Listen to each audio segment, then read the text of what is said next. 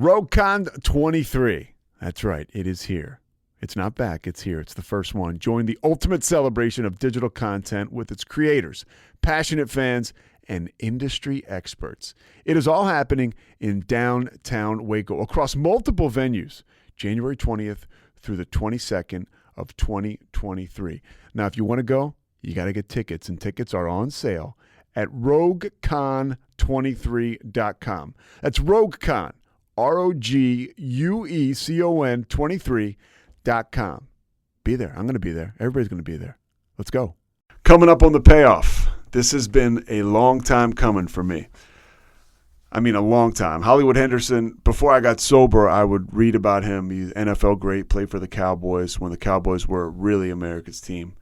Played in 3 Super Bowls and developed a huge crack and cocaine problem and flamed out of the league and flamed out of life in grand fashion.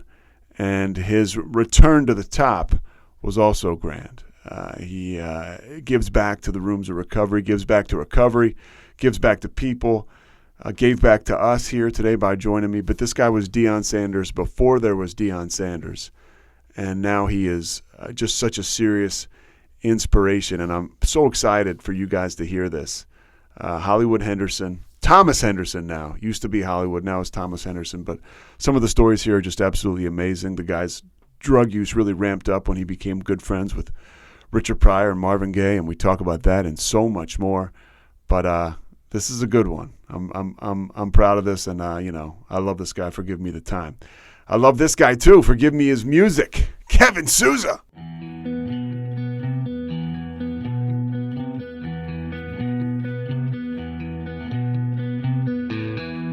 Stand by the ocean floor. Hello. Thomas, you've proven to be a very patient alcoholic. I apologize. So where are you right now? Are you in Boca Raton? Yes.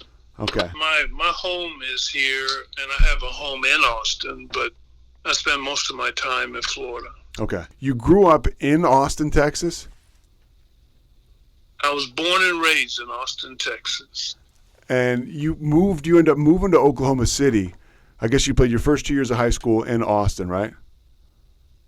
Yes. I went to elementary, middle school, and 1 year at Henderson High School in East Austin. And so you ended up moving to Oklahoma City. What were some of the reasons behind the move? We were poor. There were 7 of us in a 2-bedroom, and 2 little brothers slept with me, and so I was wet on and crapped on, and at around 15, I just knew that I had to leave that place. And lucky for me, I had a grandmother in Oklahoma City who adored me. And, I just made that phone call. We were at Zilker Park on Juneteenth, 1969.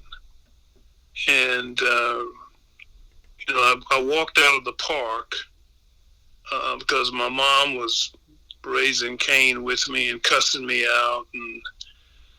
And I went to a phone booth and called my grandmother collect. And she sent me a bus ticket. And I was on a Greyhound to Oklahoma City. So you mentioned your mother raising Cain with you. Was there alcoholism in your family growing up? Yes. My mom and dad were both alcoholics. I was raised by a stepfather who drank a lot. But my real father was a drug addict and alcoholic himself. So I was in a no-win situation. I never thought I would drink. But as I look back at my life, I don't remember 1982. I don't remember 1983 until after I got sober. I had started, I started as a teetotaler, beer, wine, cigarettes, marijuana. mess around with a little hallucinogens. When did you start, Thomas? Like your first drink around? Well, I was 9 years old. My mother left a Mickey in the back seat of the car. A Mickey is a half pint. Oh yeah. That fit perfectly in a pair of Levi's. And so my mother left a Mickey in the car, and it was on a Saturday afternoon or something. And I went to the bar with her, and I was about 8 or 9. They were drinking, so I just sat in the car and drank the half pint and threw up and don't remember, And so I got drunk at 8 or 9. I never drank any more Mickeys, for sure. But you drank again, right? Like a typical alcoholic. I drink. I drink beer. I'd have a sip of wine. I'd have a guzzle of wine, but nothing too serious for the longest time. When did it start to pick up? You go to Oklahoma City. You ended up. I guess you went to the Air Force. No, I was an inch from going to Vietnam. I was born in '53, so in '71 I was 18 years old, and I got my draft notice, 1A. But a funny thing happened. I had flunked geometry. I'm great in math, and I love math. But I had a teacher in '68 at Henderson High School, geometry. I didn't like him, and so it was the last class of the day, so I just would go to the pool hall, go up on the streets where my buddies were. And so flunking geometry on purpose kept me from going to Vietnam. My status went from 1A to 1S, which is school. Looking at your football career, you were like a rangy, super athletic linebacker when guys weren't as big as they were today. You were a super athlete, but you walked on in college at Langston College. How did you end up walking on? How did you end up not getting a scholarship? Take me through that. So right here, I kind of screwed up. Technical issues prevented us from hearing Hollywood clearly, and I don't want to waste your time, but I want to cover what he said because it was pretty awesome. Going into college, he said he wanted to play at Marshall University, and this was after the plane crash in 1970. He said he wrote Marshall a letter years after the plane crash and, looking to play football there, and that didn't work out. And he said he thought to himself, well, if I can't get to Marshall, a team that barely doesn't have a team, I don't know what I'm going to do. And he said he heard about a historically black college, Langston College in Oklahoma, and he drove up there. He said it was first practice. He said he practiced on a Tuesday, and the starting defensive end got hurt, broke his leg, and he was starting on a Saturday against Kentucky State University, and he never looked back. He said the guy who broke his leg, his coach or his brother was on the coaching staff. So everybody thought that his brother would get his job back, but Thomas says that he was raising too much hell by that point, and he never turned back. Drafted in the first round, a top 20 pick by the Cowboys. One of the reasons why is because he ran a 4.4 40 in a cow pasture in front of a guy named Tank Younger from Grambling, if my memory serves me correctly. And then Gil Brandt and the Cowboys got that information. They drafted Hollywood. He thought he was going to get taken by the Rams, and then we'll pick the conversation up here. And the rest you can hear very well, or we'll say well. I left Langston that day, and I didn't go back for many years. But in other words, I went to Dallas, Texas, the day I got drafted, and I didn't go back in. I mean, I stayed there. So this is 1975, right? Yes. And you go to Dallas, which is at the time the city itself is really picking up. I think it's right before the show Dallas. The Cowboys are becoming America's team, and you are from this small college in Langston, Oklahoma. That's got to be some heady stuff for a young man. It was very heady, but I started to make my presence known pretty fast. Tom Landry didn't talk to me very much. I can't claim that we had 5 conversations. And if we did have 5 conversations, 4 of them were negative. Like, there was something I was doing something, but I remember one time that I'm a rookie. I'm in rookie camp, and here comes all the veterans. Blaine Nye and John Nyland and Ralph Neely and Rayfield Wright and Billy Joe Dupree and Roger Staubach. I mean, these, I'm looking at these men because, I know who they are. And we line up one day, and so the veterans had come in. I had already obliterated the rookie camp. Everybody knew that I was going to be on this football team. And so one day, Landry came over to the defensive side because he's got all of his boys in. Because before that, there was like 100 rookies in Thousand Oaks trying to make that roster. And that year, 12 rookies made that team called the Dirty Dozen. But on one particular day, Tom Landry came over to defense. He said, "Henderson, come here." He said, and he put me in a 2 backers on a goal line. He said, "The play goes that way," and he started demonstrating. "I want you to go through this hole. If the play goes that way, I want you to loop around, and do this." And I said, "Yes, sir." And so they lined up. The first team, the fullback was named Young, and Robert Newhouse and Young. And boy, the play started. I ran through a hole, helmet to helmet with the fullback, and he had the ball, and the ball flew one way, and he flew the other, and I got up and I ran over to Landry, and I said, "Like that?" He said, "Yeah, just like that." The only time he ever coached me in my 5 years there. And so you start off that first year, I guess the first couple of years you're playing special teams, that's on the field, but you're definitely turning heads. What's going on off the field, Thomas, in those first few years in Dallas? You mentioned you were a weed guy at Langston College. What's happening with the alcohol and the drugs off the field?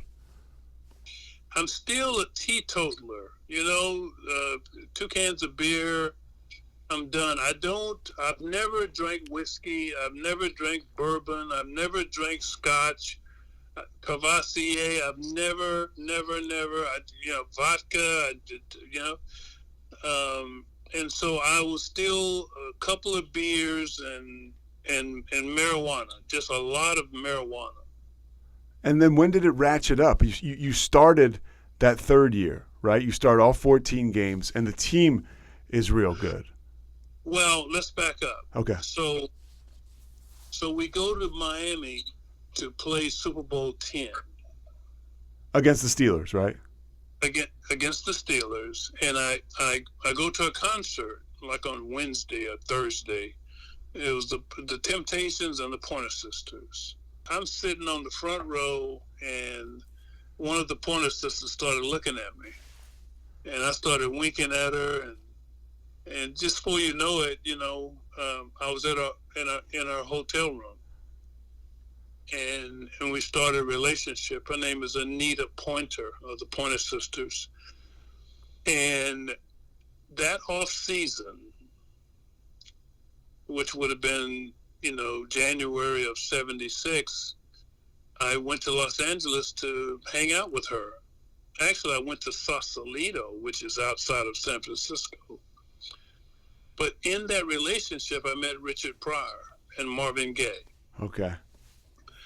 And so, in the middle of the day, Marvin would be in the studio, Richard would be at home, and I'm staying with Dennis Edwards, the lead singer for the Temptation, is letting me stay with him. So between Richard Pryor and Marvin Gaye, I got a taste of cocaine. And I liked it. Do you remember what you thought the first time you did a line? I thought, I was hyper guy anyway, upbeat guy. It just took me to another level. and I like the way it tastes. I like the cleanliness of it. It just rang my bell. The snorting of cocaine. And so that whole off season, you're out there in Los Angeles, but you're getting ready to. Your career's getting ready to take off too. Break that down for somebody, because that doesn't make sense, right? Here's a guy who now is starting to use cocaine, I guess recreationally at the time, but you really your play on the field starts to take off on the best team in the world. Yes. So my second year, we didn't make the playoffs, and I went to Los Angeles pretty quickly. And so this would be 76, 77. And so we win Super Bowl 12 in 1977. And I got on the jet and went straight to Los Angeles to see Anita, hang out with Marvin and Richard Pryor. And so one night I'm at Richard's house, and he's in the kitchen and he's doing something with the cocaine. He's using ether, and he's creating this freebase. Freebase is before crack. Yeah, and it's like a clean version of crack, right? Like a high-end version almost. Well, I didn't like the way it tastes. So, God put these. Listen, I didn't like a freebase. I didn't like the smell. I didn't like the taste. And Richard was crazy about me not smoking. I've been smoking cigarettes. I don't smoke anymore, but I had been smoking cigarettes since I was a kid. And so, I'm chain smoking, cigarettes, because I'm snorting the coke and he's smoking the coke. and I don't like the taste. He's putting this cocaine on a plate. He's pouring the ether on it. It's drying. Then he takes a razor blade and brings it all to the middle in a little pile of powder. And it's got this glass pipe with the screens on it. And I try it, and I just can't stand the vapor, the taste in the vapor. It was awful. It wasn't clean. So if freebase would have stayed the same, I would have been fine. But it evolved into crack. I read something, or I heard something. Spencer Haywood was out there around the same time you were. NBA player, played for the Lakers and was a superstar. I know him. I figured you probably knew him. He got into freebase, and he was gone. He says he was married to Aman, I think, and he got into freebase, and it was a wrap. Yeah, I mean, you can't leave it, and the same with crack. I couldn't leave it. But so we win Super Bowl 12, and life is going good.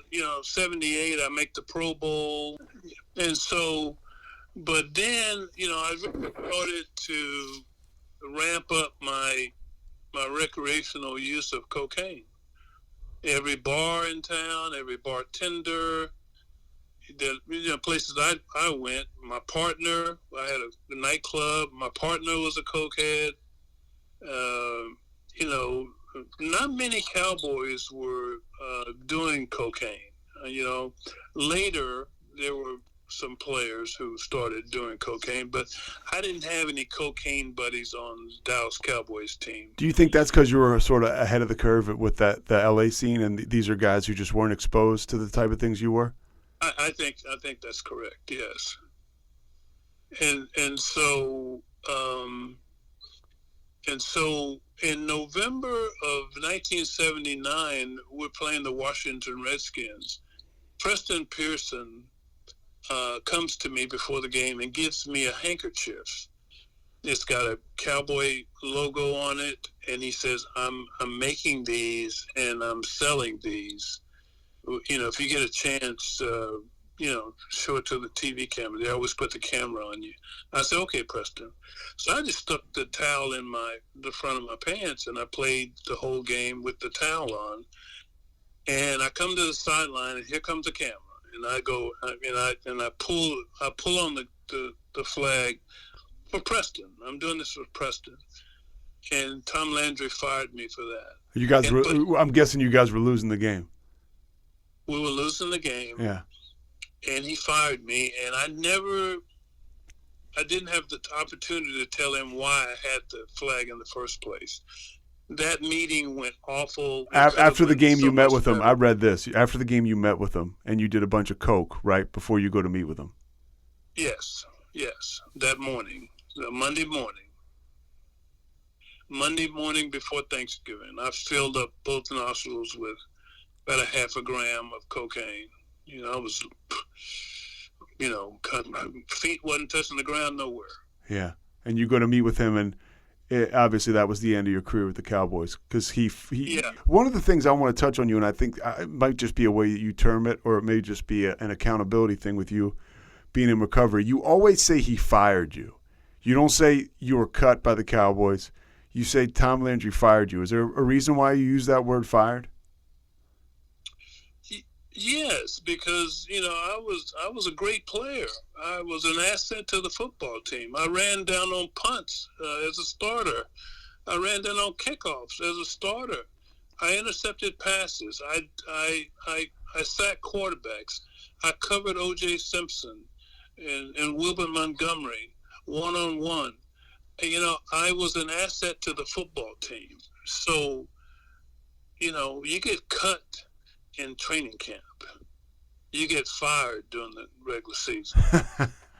I figured there was a reason behind that. A couple more things. I just want to go backwards. A couple things I want to touch on. Were you using cocaine in that Super Bowl 13, the one in Miami with the nasal spray? Yeah, and it got to the point to where I was intaking so much blow that a big scab formed in my nasal cavity. And, I had an awful headache, and I knew my day was going to be bad if I didn't take care of my nose. Yeah. And so, I carried it, and I regret it. And when an addict is providing his treatment, Self-medication. what could go wrong? We're the worst chemists in the world. What could go wrong? So I could have went to the 49ers. Bill Walsh had claimed me on waivers, and I just, I just quit. I said, I'm not going to the 49ers. I'm going home. I eventually went to the 49ers. Okay. Because they had my waiver rights. And so I went out to play for Bill Walsh and did about 4 games, hurt my neck. But he came to work one day and saw me in my locker, and I'm like in space, I'm snorting and smoking and I'm crazy. And he lets me go, but he doesn't tell anybody that I'm a drug addict. I cried to the team doctor about the cocaine habit I had. And so at this point, just what's going off the tracks, and you literally can't control it. It's no more fun. It's no more Hollywood Henderson. This is like a monkey on your back.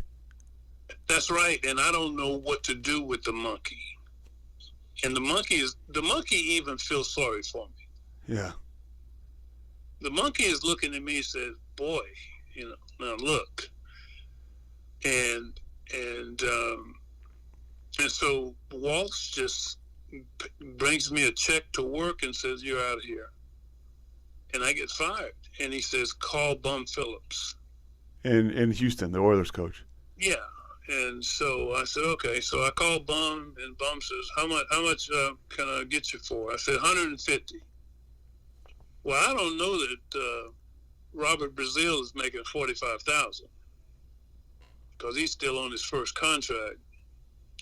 And I come in there, I'm probably the third highest paid player on the team behind Earl and Stabler. Earl Campbell and Kenny Stabler.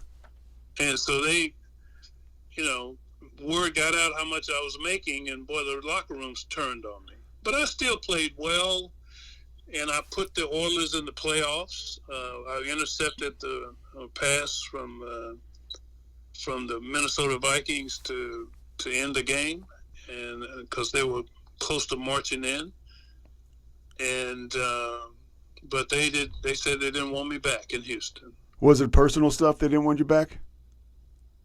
No, it was. They knew I was a drug addict. Yeah, that's what I mean. Like they thought your personal life was a mess. Yeah, and teammates were snitching on me, and I had knocked one of the offensive linemen out in practice. He called me the N-word, and I knocked him out. I was loaded. And so, like, my addiction was so bad that I couldn't take you where I lived in Houston. I couldn't take you to the house I lived in because I was so discombobulated. Is that a word? Yeah, that's a word.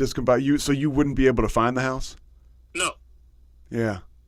No, because I went there, loaded, and I left loaded. So everything in between there is a mystery. And people that don't know, like addicts, and I was a junkie, and you end up messed up at work all the time, which is unfortunate.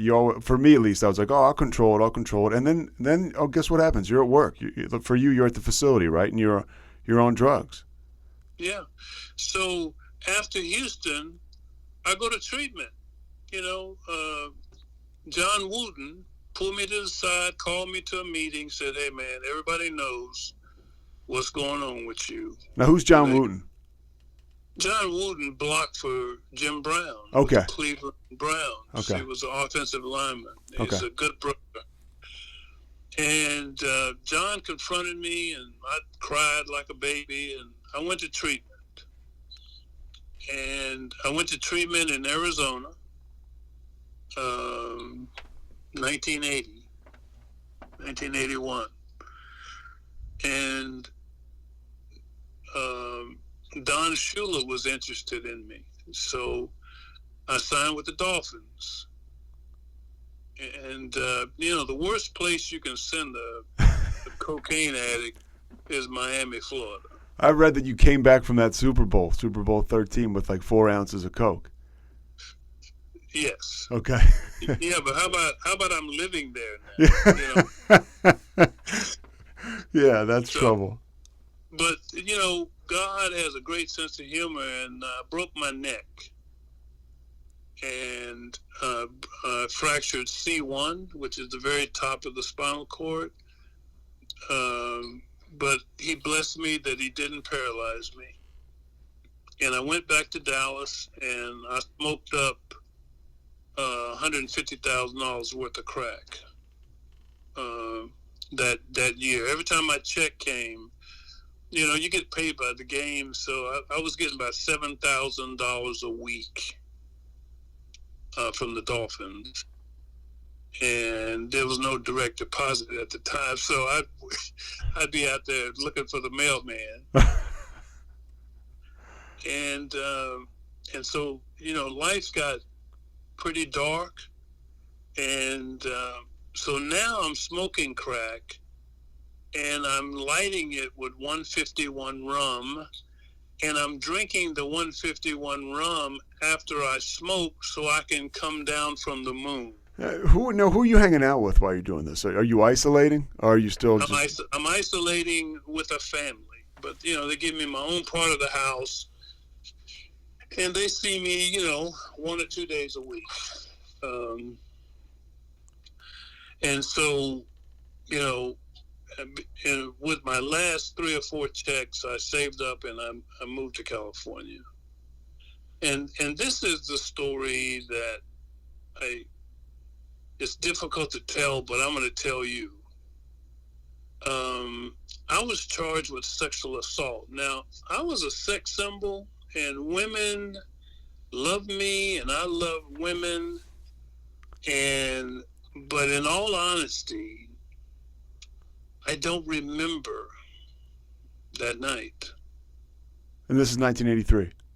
Yeah. Yeah, when I was accused of sexual assault, I'm going, no, women love me. What do you mean? Yeah, for people who don't know, Hollywood was primetime before primetime. And see, I started having these thing called blackouts. I would get so high on the crack that I would drink a half a pint of 151 rum because I knew that would settle me down. But it also made me unconscious, conscious. If that makes sense. Sure, yeah, you were a blackout drinker. Yes, because I wasn't a drinker. Does that make sense? Yeah, well, and that's what happens when you become an addict. I think, and you're taking uppers, you overshoot the mark a lot of times with the alcohol to take your nerves down. Yeah, but when you tell this story as an addict, people go, "Oh, he's just making excuses." I ask anybody to, you can call all the women who I dated or loved or had one night stand with. I'm a good guy. I'm a nice guy. I don't remember having 5 or 6 charges of me assaulting or sexually assaulting anybody. So, and I say with all honesty, I don't remember that night. But I do remember the police knocking on my door. The next morning? Yes. And then that's it. And then it's over. It's over. It's over. And I tell the police, I go, I don't know what you're talking about. And then I was in treatment. RogueCon 23. That's right. It is here. It's not back. It's here. It's the first one. Join the ultimate celebration of digital content with its creators, passionate fans, and industry experts. It is all happening in downtown Waco across multiple venues, January 20th through the 22nd of 2023. Now, if you want to go, you got to get tickets, and tickets are on sale at RogueCon23.com. That's RogueCon, RogueCon 23.com. Be there. I'm going to be there. Everybody's going to be there. Let's go.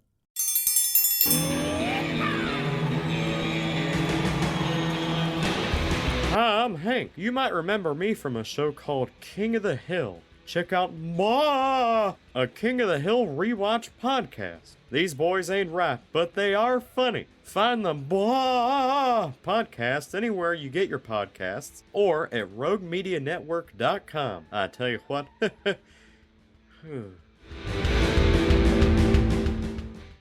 And this is your last rehab. Tell me, give me a refresher because this is your line.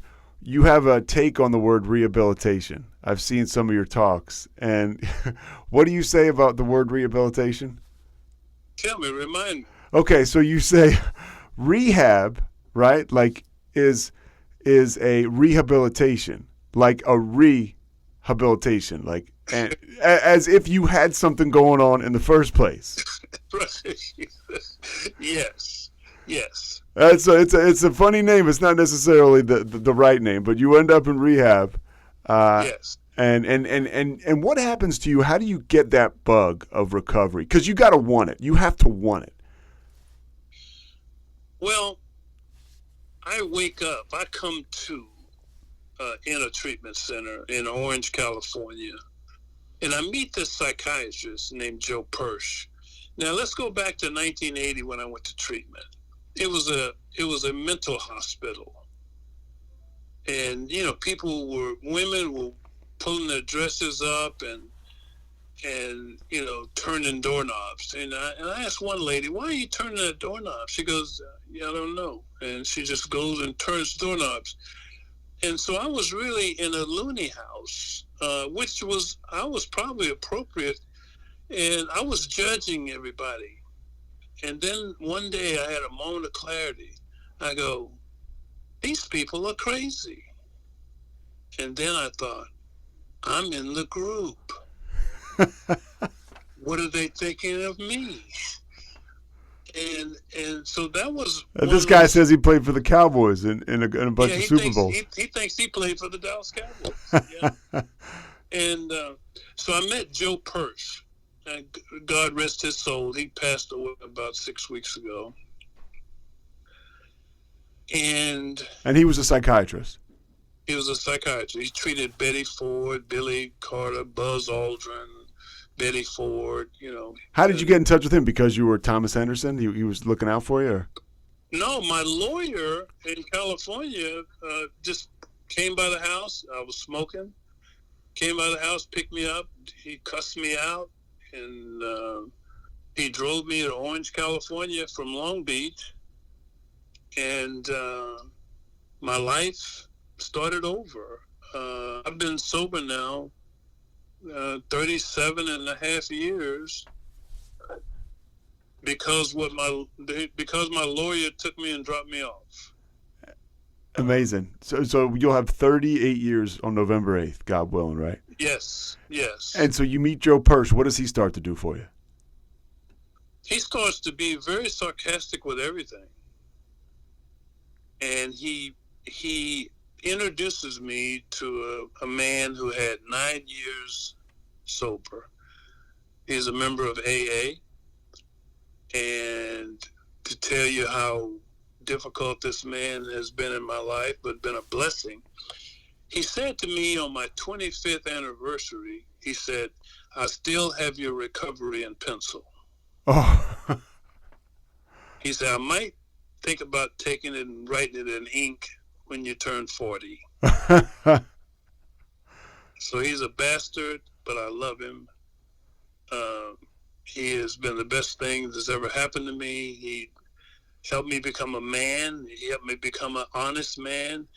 He's helped me walk a day at a time. He took me through 12 steps and 12 reasons why I could live a different life. He restored that young boy in me that didn't like it and didn't want it, but it was around. And, one day at a time, I've been able to do this 37 and a half years. And the time is irrelevant. It's the quality of your life, your conscience, your family, your bills, your friends, your life, that you are the truth to you. The accountability in recovery, if you want it, is that you don't like what that stuff does to you, what the alcohol, the drugs, the cocaine, the heroin, the opioids. The sooner you realize that these are the enemies of your spirit, the enemies of your family, the enemies of your children, the enemies to you, the better. And some people never get to realize that, though. There's still hope. Yeah, now, is that what you say? Yeah, there's always hope. Yes. When you got sober, and so you still had to go to jail for 28 months. So you go into jail with 7 months sober. What is that like? Yeah. How do you stay clean in jail? How do you stay alive in jail? Well, I had worked all the steps, which is pretty fast pace if you think about it, 7 months. But I enjoyed the vacation. I didn't have to, play for Tom Landry or Bill Walsh or Bum Phillips or Don Shula. I just had to take care of Thomas. I had a daughter, and Richard Pryor sent me $15,000 to put on my prison bank account, where I was able to pay child support during my whole 28 months. And I took care of my daughter. I read many books about recovery. I ate up the big book. It was so raggedy I had to throw it away. I mean, I couldn't even put it on a shelf. It was so raggedy. The big book I took in to the prisons. But I had a couple of fights in prison. I remember the last fight I had. I was in Susanville, and I was working out. My job was working out and get in shape firefighters. So when you see those fires in California, Yeah. Where's Susanville, I by the way? want Is that Southern I want California? y'all to know that the fireman in the red truck is not on those mountains. It is inmates. It is inmates, digging fire trails and doing all that work. So I trained those guys. So one guy one day challenged me to run 200. He was supposed to be fast, and I beat him by like 5 yards. I just smoked him, and I was I was only 31, but I could still run, man. I could still run. So that night in the dorm, he challenged me, and really he wanted to fight me in front of the other guys in the dorm, and so I stepped up and beat him down. And after I beat him down, he said these words, and he said, "Yeah, go to sleep." And see, then he shouldn't have said that. Yeah. And so I had to dance with him again. And after I danced with him, I said, "Okay, I got to get out of here." So I went over to the door and started banging on the door. Officer comes. I said, "You got to take me out of here." He said, "Oh, we're not opening his doors." I said, "Come here." He came up, and through the door, I said, "I'm going to kill him." And then he was like Barney Fife getting them keys out. Takes me out, and he takes me to the watch commander. And the watch commander said, "What's going on, Henderson?" I said, "I'm going to kill him." That's all I said for 2 hours. And next thing I know, I was on a bus headed to San Luis Obispo. And I played it too good because when I got to San Luis Obispo, they put me naked in a cell. What the hell happens then? No, I said, "I'm all right now." I said, "No, we can't let you out to the psychiatrist." I was in that thing for about 4 days. But so when you go to church in prison and you're sitting next to one of the Manson killers, is one of those moments of, I really am in prison. Yeah. And so I did my 28 months, and I know nobody wants to go to prison, but it was like I needed it. I needed those 28 months to recalibrate who I am, who I'm going to be consistently, one day at a time. And again, I was charged with a sex crime, but I have no memory of that, and that has not been anything that's been a habit or something I do. If I hurt someone, I am deeply sorry. I've worked my steps on that, and I'd do something about it if I could, but there's nothing I can do but lay words on it. How did you reintegrate into society? Because here you are, you were this guy who people saw as having it all. I mentioned it. You were like the king of self-promotion before there was self-promotion among athletes, especially young black guys like Deion Sanders. Everybody wanted to talk to like the white skill players, and now you come along and you kind of change that. And then of course you have this amazing fall from grace. And there's got to be a time as an alcoholic, right, where you're ready to make amends, or certain people come into your life where, like you said, you do those esteemable acts, and that's how you get that self-esteem back. How did that happen for you? Well, I came out and I just started taking care of Thomas's business. I had to deal with the Internal Revenue Service. I got married. I bought me one of the first Dell computers that came off the assembly line.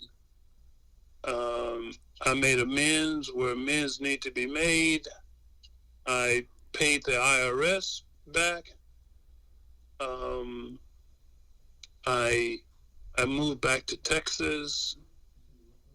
I started 12-step groups in my office. I built a football stadium for the community and a track in Austin. right now in Austin. I raised money to do that, and then I got out there with a shovel and did the hard work of digging and cutting and digging and then on March 22nd, on my mother's birthday, I win the $28 million Texas lottery. I took the cash option at the time, and so I got $14 million. The 39% taxes on it, so I got $8.9 million. And to this day, Thomas Henderson, who was afraid of Google and afraid of the iPhone, Apple. I was too afraid to invest, and so I have been in very conservative things, and so I got 8.9 million, and 21 years later, I'm worth about half that. That ain't bad. Yeah, and because I was too afraid to, expose it. I have an NFL pension. I have Social Security. I have 2 NFL pensions, actually. I'm on Medicare, and the NFL pays my premium for my supplemental. So I'm doing pretty good.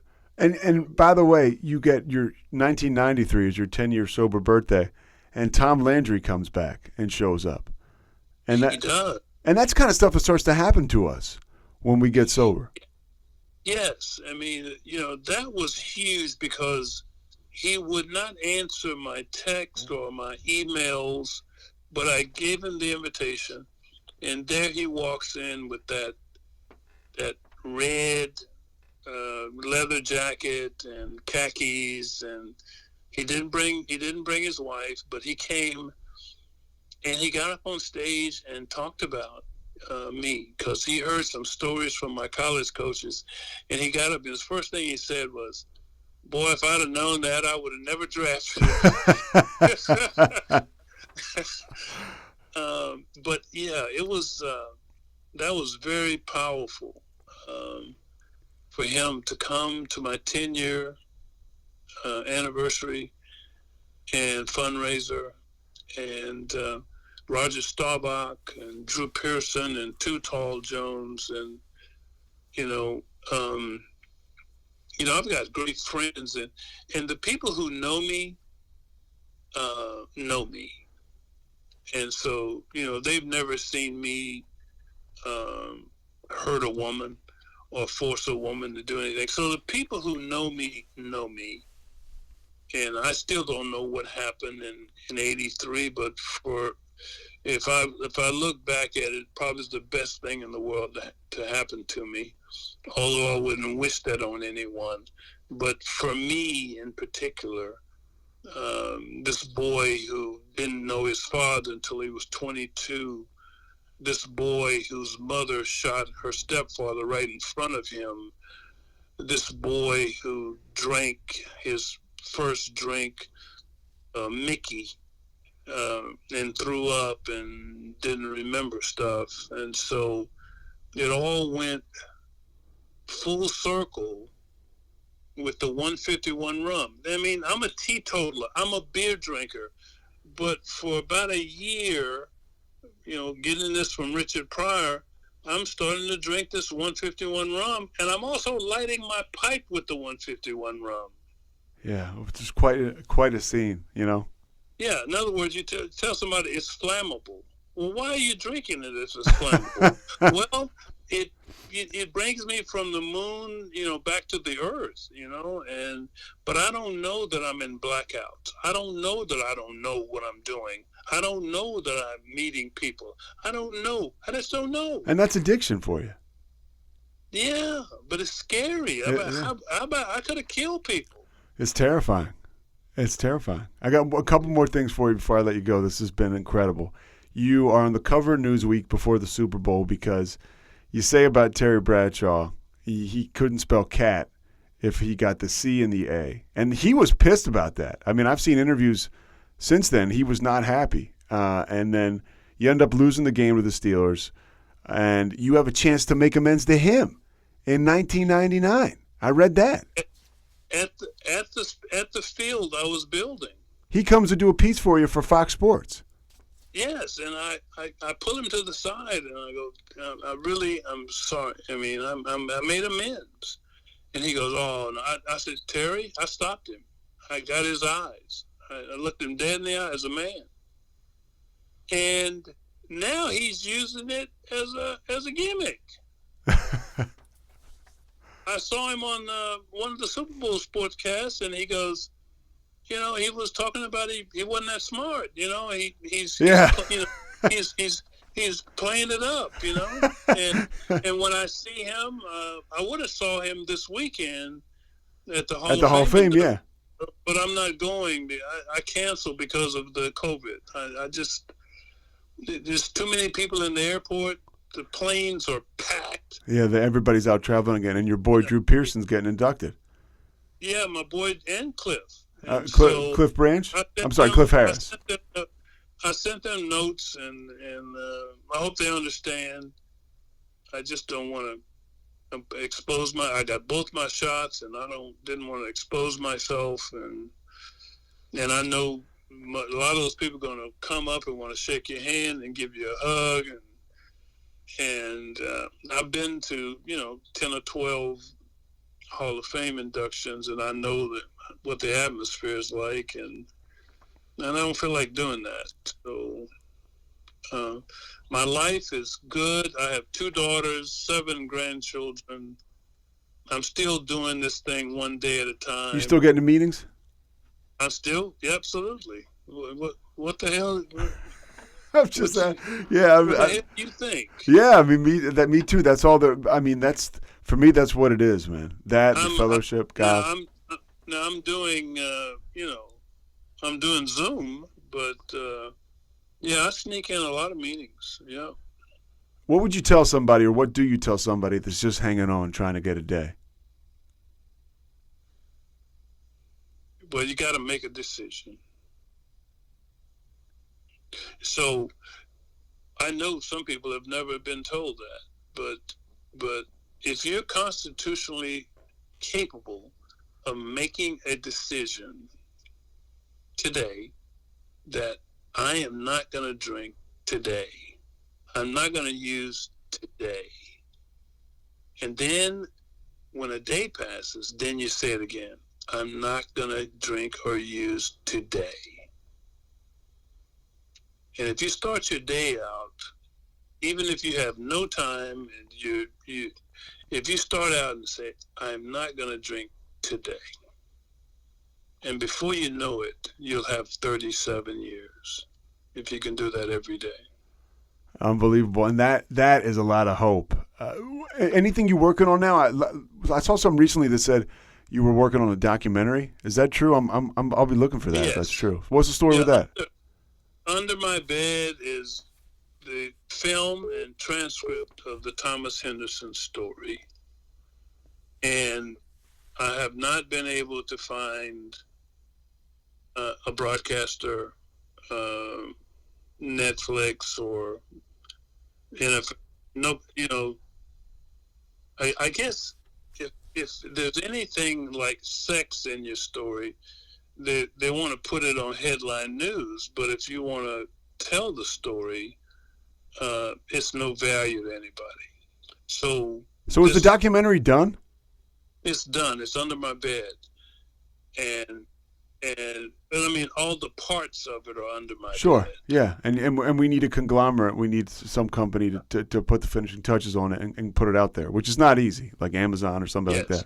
I understand. Yeah. Yeah. So maybe my children will be able to do something with it, but I spent like $200,000 filming, transcribing, It's under my bed right now. Oh, Because we got to get you know somebody why- on that. You know why it's under my bed? Why? Because it's mine. Well, hey, Thomas, last thing. Where can people see you? Got great recovery videos out there. Where can people see you? Where can people, if they want to find you for a speaking engagement, what can they do? Yeah, I'm kind of easy to find. You are. I emailed you. You're the best. I sent you an email. You said call me, and I called you, and you answered the phone. That's old school AA right there. Yeah. You can find me through the Cowboys. They're pretty good about passing on information. Okay. People who want to find me. I'm ready to get out there and tell my story live. I'm a pretty good speaker. Oh, you're a hell of a speaker. There's some stuff on YouTube. I don't know if you'll reap any of the benefits of people watching this, but they're like this one you did, I guess, in like the mid 90s, late 90s, maybe early 2000, where you're just on stage. There's like 5 parts of it, and it's unbelievable. It's on YouTube. You can find it on YouTube. It's unbelievable.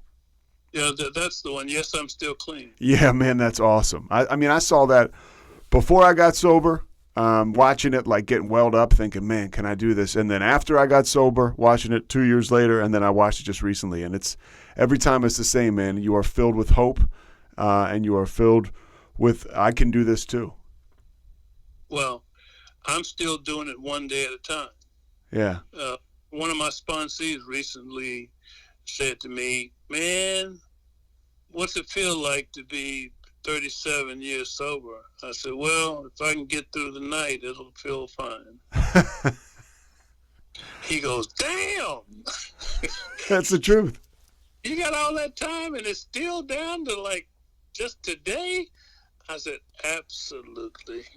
I got one last question for you, because and this is just something I see. I'm a white dude, but you don't see as many black people in AA meetings. What do you say to the black folks that to try to get them out there, or to break the stigma? It's a stigma to break, I feel like. Well, AA2, TOO, AA2. You can go to church all you want, but AA2. You got to go to AA2. Yeah. All right, Thomas, you're the man. I appreciate your time. This podcast will be up next Thursday. I'll send it to you next Thursday if you want to listen to it or share it with anybody. Thank you, bro. All right, man. Have a good day. Wow. Bye-bye. Thanks so much for listening to The Payoff with Pete. Once again, I'm Pete Souza. And of course, we are part of the Rogue Media Network. All kinds of good podcasts you can find at roguemedianetwork.com. And of course, you can find this podcast and all those other ones wherever you get your podcasts, iTunes, Spotify, other spots like that.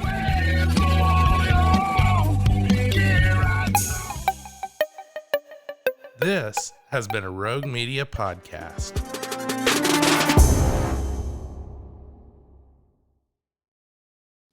Join the ultimate celebration of digital content with its creators, passionate fans, and industry experts. It's all happening in downtown Waco across multiple venues on January 20th through the 22nd, 2023. Tickets are on sale now at roguecon23.com.